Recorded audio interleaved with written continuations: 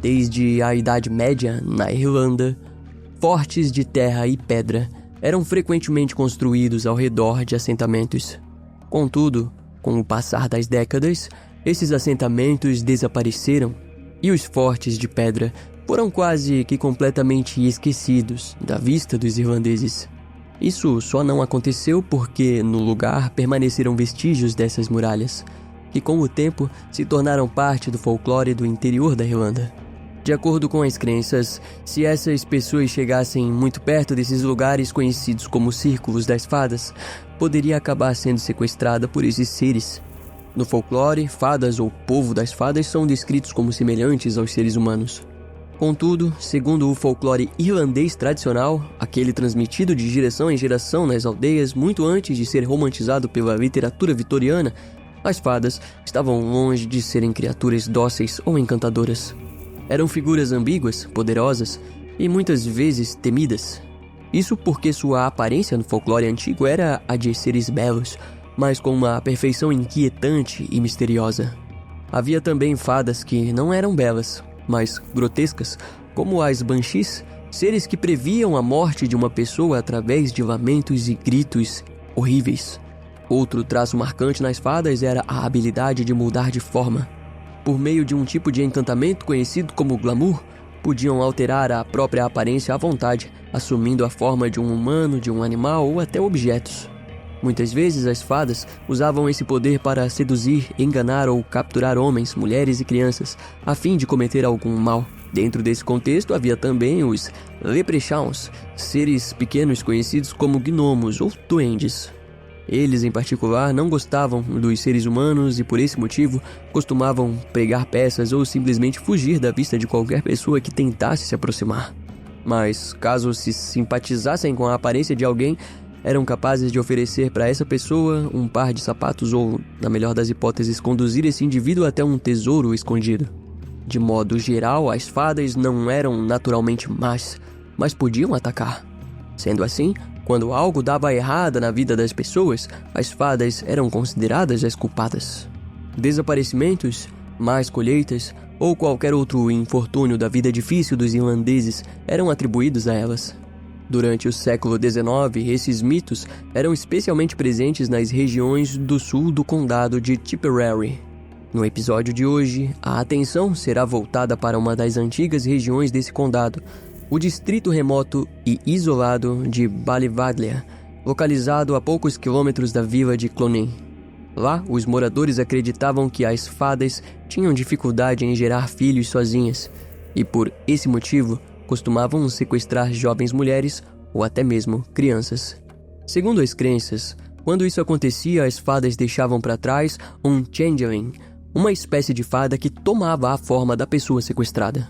O changeling, no entanto, costumava apresentar doenças e muitas vezes falhava em se parecer completamente com o ser humano substituído. Ao longo dos séculos, muitas pessoas foram acusadas de serem changelings, mas a verdade é que essa crença servia para justificar abusos, maus tratos, negligência e até assassinatos, especialmente contra crianças com deficiências físicas ou mentais, bem como contra pessoas com doenças neurológicas, como epilepsia e autismo, que não eram compreendidos na época. Além dessas vítimas, também havia acusações semelhantes contra mulheres que não se adequavam aos papéis sociais impostos, vistas como bruxas, fadas ou changelings. O perfil dessas mulheres costumava ser o de uma pessoa instruída, independente e que desafiava o próprio marido. Quando esse comportamento começava a incomodar os homens, alguns recorriam à ideia de que as esposas haviam mudado drasticamente, alegando, por exemplo, que essas mulheres já não eram as mesmas pessoas com quem os maridos haviam se casado. E a partir dessas alegações, surgiram acusações fantasiosas de que as esposas teriam sido trocadas por changelings. Em 1895, na região de Ballivaglia, existia apenas uma mulher com esse perfil. O nome dessa mulher era Bridget Cleary, de 26 anos. Eu sou o Brian, e seja bem-vindo a mais um episódio de Ossos Perdidos. Hoje nós vamos mergulhar em uma sequência de eventos bizarros. Um caso antigo, bem antigo, mas ainda amplamente debatido na Irlanda e no campo da psicologia. Uma história que nos diz como o folclore, quando enraizado demais nas crenças populares, pode ultrapassar a linha do imaginário e invadir brutalmente a realidade. Estamos falando de uma verdadeira caça às bruxas, ou melhor, a caça à fada, em pleno fim do século XIX. Um assassinato cruel, cometido em nome da superstição e do medo.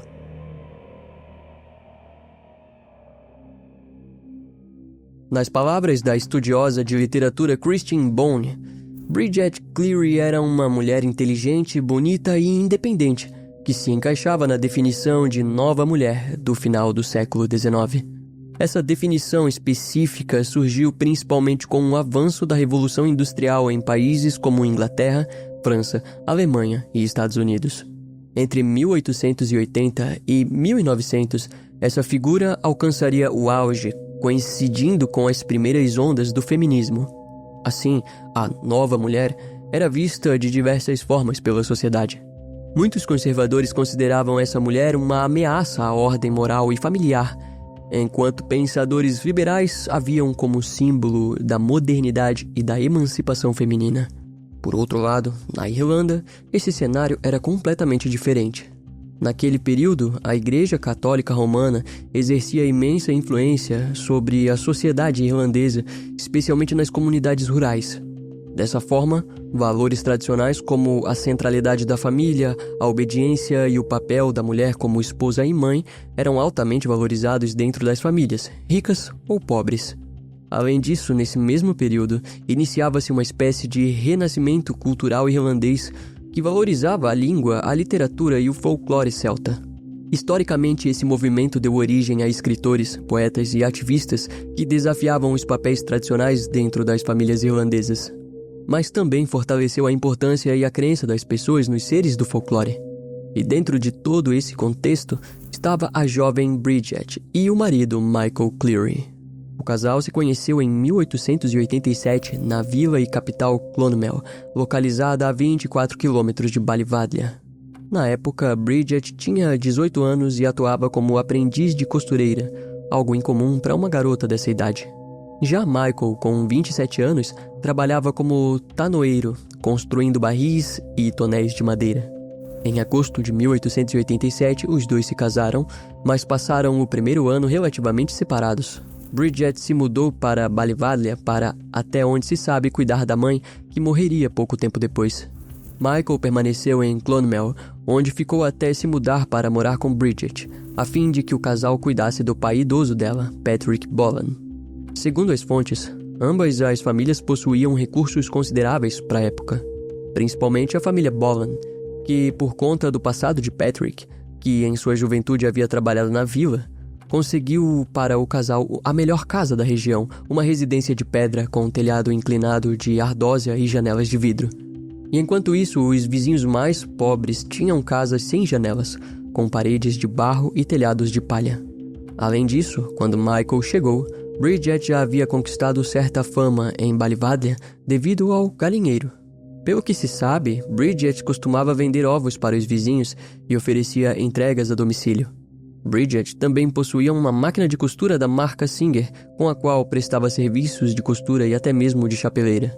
Segundo relatos históricos do caso, Michael não aprovava muito o trabalho de entrega de ovos realizado pela esposa, mas não impedia Bridget de fazê-lo. Tanto que no dia 4 de março de 1895, Bridget saiu de casa com o objetivo de entregar uma remessa de ovos solicitada pelo primo do pai, Jack Downey. Para isso, Bridget se aventurou pela primeira vez em uma longa caminhada de 5 quilômetros, passando no trajeto em frente a um antigo forte medieval, localizado na colina Kivenagranach. Na época, o local era chamado pelos moradores de Forte das Fadas. O nome já diz muito. Bridget, no entanto, jamais demonstrou qualquer medo dessas lendas locais. Ela apenas seguiu até o destino. Entregou a remessa de ovos, como de costume, e retornou em segurança para casa, sem relatar nenhum tipo de encontro com fadas. A única exceção foi uma dor de cabeça, que parecia esmagadora. Logo depois, Bridget percebeu outra estranheza. Por mais que tentasse, não conseguia se aquecer. O mal-estar rapidamente tomou conta do corpo de Bridget, fazendo com que ela permanecesse na cama. Diante da situação, Michael e o sogro Patrick ficaram desesperados. Em resposta, Patrick saiu de casa em busca do único médico da região, o Dr. Crean, que ficava a 6 quilômetros de distância. E embora fosse idoso, Patrick caminhou sozinho até o consultório, mas o médico não pôde acompanhar Patrick de volta. Após o retorno, Michael tentou buscar o mesmo médico outras 2 vezes, mas não obteve sucesso. Foi somente no dia 13 de março, mais de uma semana depois, que o médico finalmente compareceu à residência da família Cleary. Diante de Bridget, o médico diagnosticou a jovem com bronquite leve e agitação. Do ponto de vista do médico, o tratamento com os medicamentos deixados por ele seria suficiente para garantir a recuperação de Bridget. Ainda no mesmo dia, a notícia sobre a condição de Bridget chegou aos ouvidos do padre Ryan, responsável pela igreja da vila. O padre então visitou Bridget e considerou a condição da jovem como leve, oferecendo os sacramentos comuns para pessoas nessa situação, o que incluía principalmente a confissão dos pecados. Após a visita do padre, a situação de Bridget se espalhou rapidamente, fazendo com que vizinhos, amigos e familiares fossem visitar a jovem. E enquanto isso, Michael aparentemente não estava lidando bem com a condição da esposa. Isso porque, devido ao trajeto que Bridget havia feito próximo do Círculo das Fadas, Michael acreditava fielmente que aquela mulher não era a verdadeira esposa dele. A paranoia de Michael era tamanha que ele relatou a pessoas próximas que Bridget estava alguns centímetros mais alta e fina demais. Inicialmente, essas preocupações poderiam ter terminado ali mesmo, mas quando Michael contou essas suspeitas ao conhecido e contador de histórias locais John Dunne, o homem concordou com o relato. Do ponto de vista de John, como profissional do folclore, aquela mulher não era a esposa de Michael. Ele então aconselhou Michael a visitar o chamado médico das fadas, Dennis Gainey, um homem que, segundo a crença, saberia lidar com um changeling. Seguindo o conselho, Michael visitou Dennis, que vendeu para Michael um conjunto de ervas supostamente capazes de expulsar a fada e fazer com que Bridget retornasse. Michael estava convencido de que a partir desses procedimentos conseguiria salvar a verdadeira esposa. Contudo, os acontecimentos posteriores a essa decisão culminariam em uma das histórias irlandesas mais sombrias de sua época. Em 15 de março de 1895, pouco mais de 10 dias após o declínio na saúde de Bridget Cleary, rumores começaram a circular pela vila de Ballyvadlia. Alguns diziam que a jovem esposa do tanoeiro havia fugido com um vendedor de ovos da cidade vizinha. Outros afirmavam que ela partiria com um jovem aristocrata e caçador de raposas. Porém, o boato mais difundido era o de que Bridget fora levada pelas fadas. A intriga cresceu quando, no dia seguinte, Michael Cleary confirmou publicamente que a esposa desaparecera no meio da noite, possivelmente vítima das fadas. A paranoia de Michael parecia para ele se confirmar. Aquela mulher não era a esposa verdadeira, mas sim um changeling. Apesar das histórias, amigos, vizinhos e familiares se uniram nas buscas, que não deu em nada. E logo, os rumores e notícias chegaram ao departamento de polícia de Ballyvadlia, que precisaria de mais do que lendas para investigar. O inspetor distrital Alfred Joseph Wansbrough desconfiava de algo além do desaparecimento. Foi então que surgiu a primeira voz relevante, o padre Ryan. Em conversa com um sargento, o padre relatou ter visto Michael sozinho na igreja, ajoelhado e com os olhos marejados. Mas o que chamou a atenção foi um peso estranho no comportamento, como se houvesse mais que dor. Havia uma sombra de culpa. O padre não hesitou em dizer que suspeitava de um crime e que Michael poderia estar tentando escondê-lo. As suspeitas se voltaram para o marido, levando o sargento a iniciar uma vigilância sobre ele. O sargento tentou primeiro conversar com Michael, mas não encontrou o homem. Mais tarde, à noite, retornou à residência e encontrou vazia, com a porta trancada. Então ele entrou pela janela e encontrou uma camisola feminina queimada, Um achado que acendeu o alerta. As suspeitas se intensificaram e o inspetor Wansbrough passou a chamar pessoas próximas de Michael para depor. Entre elas, a prima de Bridget, Johanna Burke, que contou ter estado na casa dos Cleary na noite do dia 15 de março, junto de outras 9 pessoas, incluindo Michael, o sogro Patrick Boland, a mãe Mary Kennedy e os primos James e Patrick Kennedy. Segundo Johanna, Bridget delirava, mas conseguiu se levantar e se sentar perto da lareira. Em certo momento, Johanna saiu para buscar gravetos e, ao retornar, viu Bridget na porta, usando apenas uma camisola e saindo de casa. Johanna tentou impedir a saída, mas não conseguiu. Então, Michael, que também estava ali, partiu em busca de sua esposa, sem sucesso. E desde aquela noite, ninguém mais a viu. Os investigadores, porém, não acreditaram no relato e decidiram manter vigilância intensa sobre os suspeitos. Nesse período, outro membro da família, Kennedy, Michael Kennedy, afirmou suspeitar de homicídio. Mas ainda assim, o inspetor mantinha esperanças de encontrar Bridget com vida. Entre 17 e 21 de março, ele organizou buscas mais intensas por toda a região. Casas, fazendas, campos, bosques, rios e lagoas foram vasculhadas. As buscas seguiram firmes, mas nenhum vestígio de Bridget foi encontrado. O inspetor concluiu que, àquela altura, Bridget Cleary provavelmente estava morta. Para piorar, se o corpo não fosse localizado, nenhuma acusação poderia ser formalizada, já que não havia prova física, e o grupo de suspeitos certamente se protegeria mutuamente. O caso era complexo e poderia acabar com os culpados livres. Alfred tentou novas entrevistas com vizinhos, membros da igreja e amigos da família, mas ninguém dizia ter visto ou ouvido algo suspeito. Por fim, restava apenas arrancar uma confissão.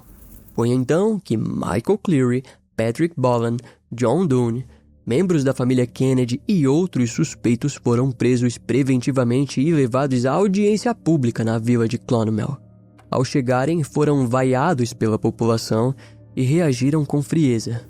O médico das fadas, Dennis Gunney, também foi detido, mas liberado por falta de provas de que soubesse do crime. A única acusação contra o grupo vinha do depoimento de Johanna Burke, considerado falso. No interrogatório, todos repetiram a mesma coisa.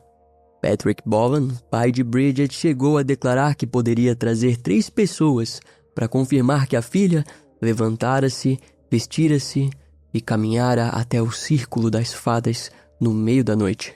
Segundo as fontes, todos pareciam tranquilos, como se fossem inocentes dentro daquela narrativa fantástica. Em alguns momentos, foram vistos conversando e menosprezando a gravidade das acusações. E enquanto isso, o inspetor Alfred Wansbrough estava cada vez mais apreensivo. Sabia que não poderia mantê-los presos por muito tempo sem provas sólidas. Apenas o corpo de Bridget garantiria prisão e condenação.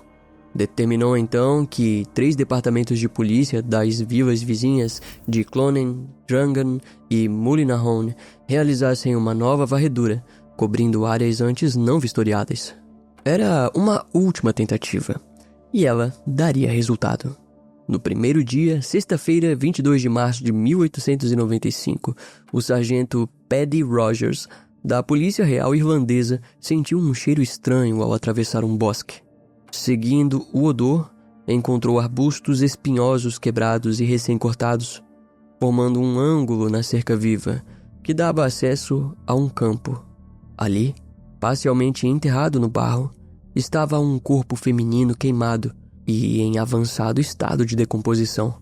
O cadáver tinha os membros contraídos, braços cruzados sobre o peito e a cabeça coberta por uma sacola de pano. Ao removê-la, o sargento logo reconheceu Bridget, a quem conhecia muito bem. Apesar das queimaduras, o rosto estava intacto, com apenas um pequeno ferimento na cabeça. O corpo estava despido, exceto por meias e um brinco de ouro na orelha esquerda. Com a notícia, o inspetor Alfred formalizou as acusações contra todos os suspeitos pelo homicídio brutal de Bridget Cleary.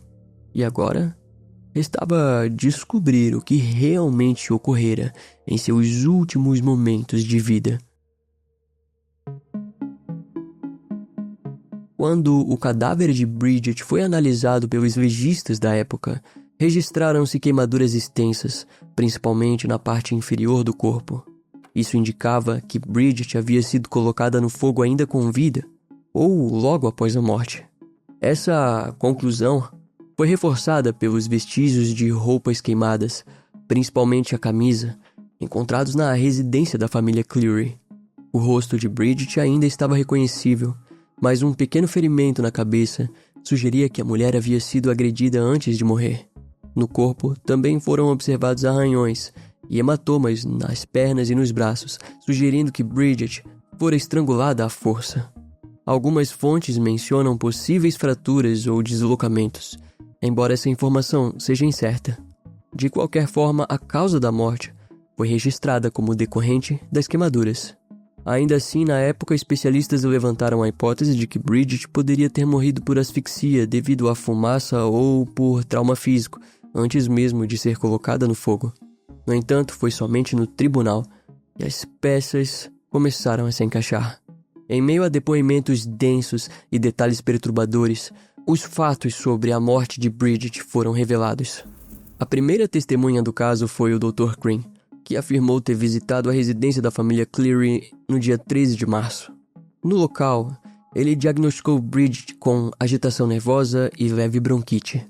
Embora a paciente estivesse de cama, o médico declarou que não viu nada que pudesse causar a morte da mulher.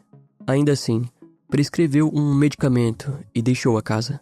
A segunda testemunha foi o padre Ryan, que no mesmo dia afirmou ter visitado a residência e encontrado Bridget deitada na cama. Segundo o padre, eles tiveram uma conversa comum entre fiel e sacerdote, que considerou coerente e inteligível. Em seguida, ouviu a confissão da mulher, administrou a extrema unção e foi embora. Em seu relato, o padre Ryan disse não ter observado qualquer sinal de que algo grave estivesse acontecendo naquela casa. Na quinta-feira, dia 14 de março, o padre foi novamente chamado à residência, mas disse ao mensageiro da igreja que, como já havia administrado os sacramentos no dia anterior, não havia necessidade de uma nova visita. Além disso, assim como o médico, o padre não acreditava que a doença fosse grave. A terceira testemunha foi o vizinho da família Cleary, William Simpson, que, acompanhado da esposa, foi visitar Bridget ao anoitecer daquele dia. Ao chegarem em frente à casa, encontraram a prima de primeiro grau de Bridget, Johanna Burke, acompanhada da filha, Kate Burke. O casal perguntou a Johanna sobre a saúde da mulher. Johanna respondeu que a prima estava sendo medicada com ervas obtidas junto ao médico das fadas, Dennis Gunney, e que, por esse motivo, eles deveriam esperar do lado de fora até o tratamento terminar. E nesse intervalo, William ouviu gritos vindos de dentro da casa, além de ver pessoas fechando as cortinas e trancando a porta da frente. Pouco depois, a porta foi aberta e novos gritos surgiram, com pessoas dizendo: "Lá vai ela! Lá vai ela!" Segundo William, depois explicaram que a porta havia sido aberta para permitir a saída das fadas e que os gritos eram direcionados a essas criaturas. Foi nesse momento que William e a esposa, Johanna, e a filha entraram na casa. Lá, William viu 4 homens, John Dunne, Patrick Kennedy, James Kennedy e William Kennedy, segurando Bridget Cleary na cama. O marido, Michael Cleary, estava de pé ao lado da cama, ordenando que jogassem um líquido sobre Bridget. O líquido era urina. Junto ao grupo estava a matriarca Mary Kennedy e o adolescente William Ahern, de 16 anos. Enquanto o líquido era derramado sobre Bridget, a mulher gritava e pedia para que as pessoas presentes a deixassem em paz. O pai, Patrick Boland, observava a cena e ajudava os outros homens a segurar Bridget. Por cerca de 10 minutos, os homens mantiveram Bridget presa à cama à força. Um deles chegou a cobrir a boca da mulher com a mão para silenciá-la. Em seguida, balançaram Bridget, gritando que, em nome de Deus, ela voltasse para casa e que o outro, supostamente a fada Changeling, a deixasse. William Simpson, que presenciou a cena com a esposa, disse ao magistrado que só pôde concluir que acreditavam que Bridget era uma bruxa ou que uma bruxa estava dentro dela e que tentariam expulsá-la por meio de tortura. E após À sessão de horrores, os homens levaram Bridget até a lareira. Nesse momento, William notou uma marca vermelha na testa da mulher, a mesma encontrada mais tarde no corpo, já sem vida. Ao ser questionado, um dos presentes afirmou que haviam usado um atiçador em brasas porque Bridget se recusava a tomar as ervas. William relatou que em seguida colocaram Bridget muito próximo do fogo, enquanto rezavam o rosário. Michael Cleary estava interrogando ela e avisando que se ela não dissesse seu nome 3 vezes, seria queimada. Aterrorizada, Bridget repetiu seu nome, o do pai Patrick e o de Michael, dizendo: "Eu sou Bridget Boland, filha de Patrick Boland, em nome de Deus."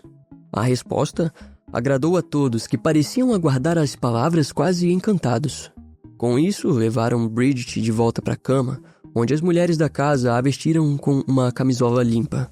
Em seguida, continuaram a interrogá-la, pedindo que identificasse cada pessoa do quarto, algo que Bridget fez com sucesso. Na manhã seguinte, 15 de março, dia do desaparecimento, William contou que permaneceu na residência até às 6 horas, quando Michael Cleary saiu para chamar o padre Ryan. Ele queria que uma missa fosse celebrada em sua casa para expulsar espíritos malignos. Segundo o padre, Michael disse que Bridget tivera uma noite ruim. Embora relutante, o sacerdote aceitou o pedido após Michael argumentar que tinha direito à missa mediante taxa. Por volta das 8h15 da manhã, o padre Ryan chegou à residência e celebrou a missa com Bridget ainda deitada. Ele notou que a mulher estava mais nervosa do que na visita anterior e perguntou a Michael se administrava os remédios prescritos pelo Dr. Crean. Para a surpresa do padre, Michael respondeu que não confiava nos medicamentos e que acreditava que outros tratamentos seriam mais eficazes. Apesar da estranheza, o padre disse não ter suspeitado do crime, pois, se assim fosse, teria procurado imediatamente as autoridades. Após a missa, William Simpson ainda viu Bridget com vida até o meio-dia, quando voltou para casa. Ao longo do dia, outros amigos e vizinhos visitaram a mulher. Em depoimento, todos afirmaram ter conversado com Bridget e disseram que ela não pediu ajuda nem relatou abusos.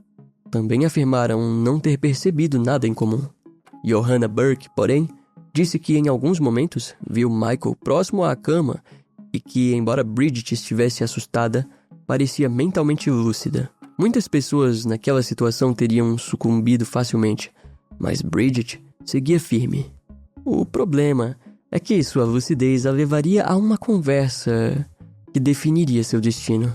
Por volta das 8 da noite, Johanna Burke e sua filha Kate, a pedido de Michael, buscaram as duas pessoas, Thomas Smith e David Hogan, amigos de longa data de Bridget Cleary. Em depoimento, Thomas relatou que ao chegar em casa, encontrou Mary Kennedy, Johanna Miara e Patrick Boland. Ficou surpreso quando viu Michael questionando Bridget com uma garrafa na mão. Ao perguntar sobre o líquido, Michael respondeu que era água benta e a fez beber, com Thomas e David como testemunhas. Depois, os dois homens se aproximaram da lareira, onde Michael afirmou que Bridget se levantaria e os acompanharia. Ela realmente se levantou sozinha, vestiu um vestido e um chale e foi para perto do fogo na cozinha.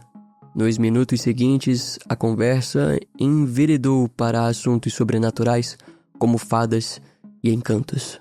O diálogo se estendeu até que Thomas e David decidiram ir embora. Jamais a veriam viva novamente. Após a saída deles, Johanna Burke contou que o grupo passou a falar apenas sobre fadas até que Bridget disse a Michael que ele acreditava que ela havia ido com as fadas porque sua mãe costumava fazer isso. Furioso, Michael gritou com a esposa e respondeu que a sogra lhe contara ter passado 2 noites com as fadas. Johanna então se levantou, preparou um chá e ofereceu a Bridget, mas Michael a interrompeu, pegando 3 pedaços de pão seco e dizendo que ela deveria comê-los antes de beber o chá. Então perguntou: "Você é Bridget Cleary, esposa de Michael Cleary, em nome do Pai, do Filho e do Espírito Santo?" Bridget já estava no limite, mas respondeu a pergunta 2 vezes e comeu o pão seco, que desceu rasgando sua garganta.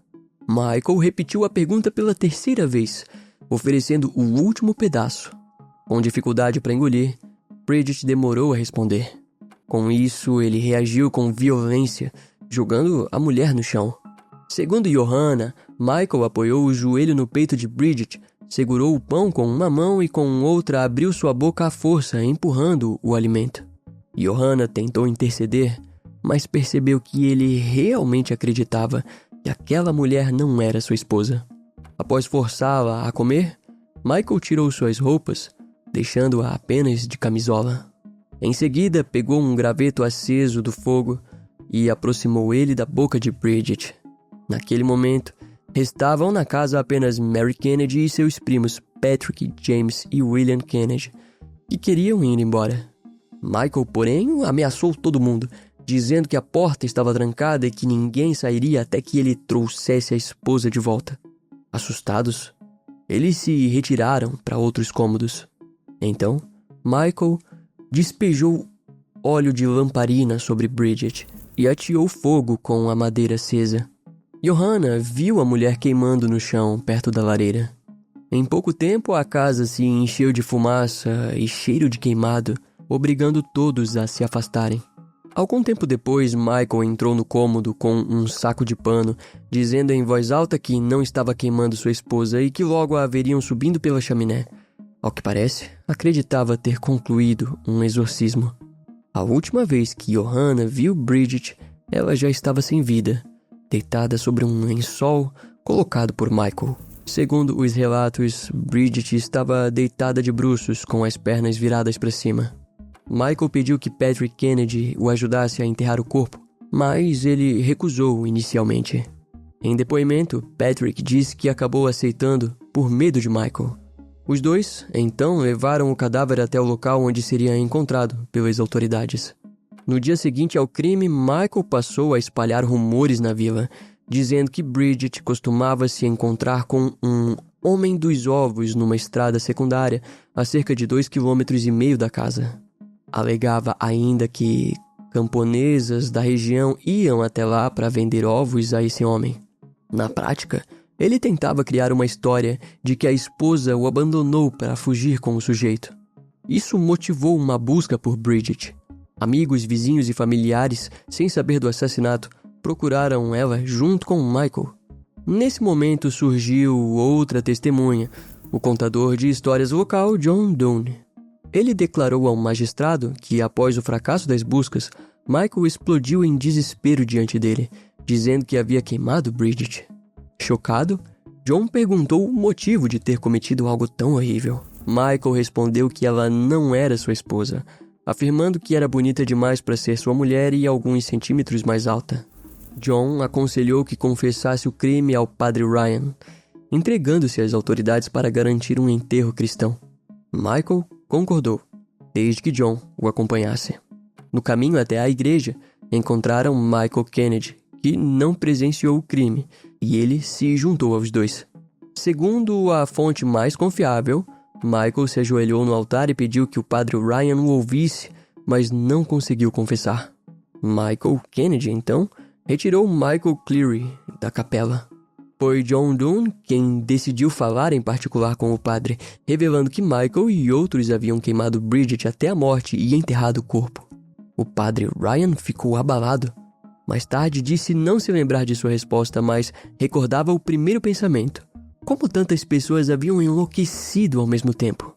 Horas depois, enquanto as buscas por Bridget já aconteciam, o padre aproveitou a visita de um sargento da polícia para dizer que suspeitava de um crime, orientando as autoridades rumo à descoberta dos fatos.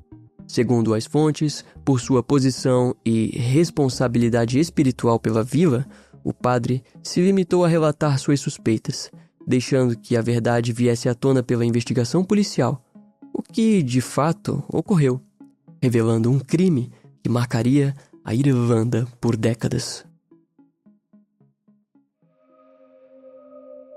À medida em que o fim dos procedimentos judiciais se aproximava, a morte de Bridget Cleary ganhava as manchetes em toda a Irlanda.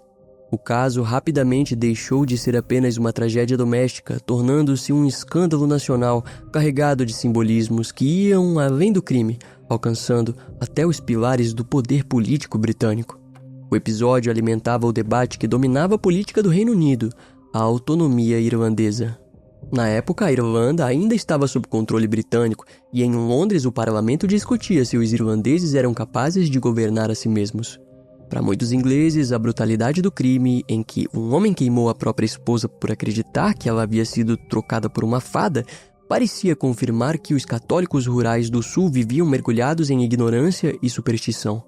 A imprensa britânica explorou o caso, questionando como confiar um governo a um povo que ainda acreditava em fadas. Um dos legistas britânicos que examinou o corpo chegou a comentar que nem entre os Hottentots se esperava ouvir falar de tal ocorrência. Os Hottentots, povo indígena da África do Sul, eram tratados pelos britânicos da época como selvagens. Dentro desse contexto, o romancista Edward Frederick Benson publicou o artigo A Recente Queimada das Bruxas em Clonmel. Sem negar a gravidade do crime, Benson defendia que os envolvidos não agiram com intenção de matar, mas movidos por uma crença genuína. Acreditavam estar tentando resgatar Bridget. Benson citou práticas semelhantes em outros povos de várias partes do mundo, argumentando que o pensamento mágico ainda moldava a mente dos acusados. Segundo ele, o fato de a porta da casa estar aberta e os gritos de Bridget provavelmente terem sido ouvidos pelos vizinhos reforçava que não houve premeditação. E enquanto o debate se desenrolava, o júri foi levado ao depósito funerário onde o corpo aguardava sepultamento.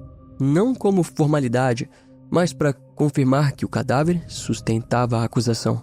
Ao final, apenas 6 dos pelo menos 10 réus foram formalmente condenados.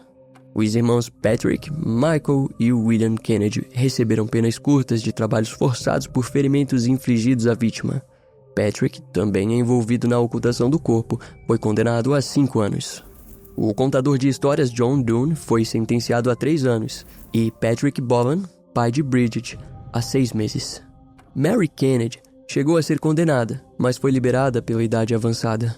Michael Cleary, executor do crime, foi condenado por homicídio culposo a 20 anos de trabalhos forçados, dos quais cumpriu 15 na prisão de Maryborough.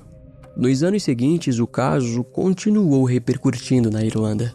E em abril de 1910, Michael foi liberado, se mudou para Liverpool e, pouco depois, para Montreal, no Canadá, onde provavelmente viveu o resto de sua vida, distante de qualquer vestígio do que ocorrera em Ballyvalia. Em meados de 2006, os estudiosos de psicologia H. O'Connell e P.G. Doyle lançaram uma nova luz sobre o caso Cleary, propondo uma análise aprofundada dos acontecimentos. Segundo os autores, a morte de Bridget pode ter sido, em essência, o desfecho trágico de um colapso psíquico breve, porém devastador. Um episódio de psicose aguda vivenciado por Michael Cleary. Na visão dos pesquisadores, o comportamento de Michael se encaixava em um padrão raro e perturbador, conhecido como delírio de Capgras, uma condição na qual o indivíduo acredita com absoluta convicção que uma pessoa próxima foi substituída por um impostor idêntico. Nesse caso, a suposta impostora teria sido a própria esposa. Essa teoria sugere que o estresse acumulado diante da enfermidade persistente de Bridget em uma época em que doenças eram cercadas de mistério e impotência teria servido como gatilho para essa ruptura com a realidade. Mas o delírio, embora tenha se originado em Michael Cleary, não permaneceu restrito à sua mente. O'Connell e Doyle apontam para a possibilidade de que esse episódio psicótico tenha rapidamente se transformado em um fenômeno coletivo, algo conhecido no campo da psiquiatria como folia plusiar, ou loucura compartilhada por muitos. Assim, a convicção de Michael de que Bridget havia sido tomada por uma fada foi sendo transmitida, sustentada e amplificada por outras pessoas ao redor de Michael. A dupla ainda teorizou que possivelmente alguns dos cúmplices e envolvidos no caso apresentavam deficiências cognitivas ou dificuldades de aprendizagem, o que pode ter tornado esses indivíduos ainda mais suscetíveis à influência das ideias delirantes de Michael. Em um ambiente saturado por séculos de tradições folclóricas, onde histórias sobre fadas, changelings e rituais de purificação eram transmitidas de geração em geração, a linha entre realidade e fantasia já era tênue. Um delírio suficientemente forte, especialmente vindo de alguém respeitado na comunidade, poderia facilmente cruzar essa fronteira e transformar a crença em verdade aos olhos de muitos. Vale ressaltar que, como a própria Johanna Burke relatou no julgamento, Bridget Cleary contou a história de que a mãe de Michael costumava andar com fadas. Ou seja, conversas e debates sobre esses assuntos eram vistos com naturalidade. Mas naquele cenário, funcionaram como combustível para os atos violentos de Michael. É claro, essa perspectiva não pretende absolver o crime, mas sim revelar algo visceralmente humano, o retrato de uma comunidade enraizada na superstição, conduzida à beira do abismo por um surto psicótico, tragicamente incapaz de distinguir onde terminavam as lendas e começava a loucura. No fim das contas, aquele foi um momento em que a razão se dissolveu e a insanidade passou a vestir as roupas da realidade, a qual as pessoas acreditavam conhecer.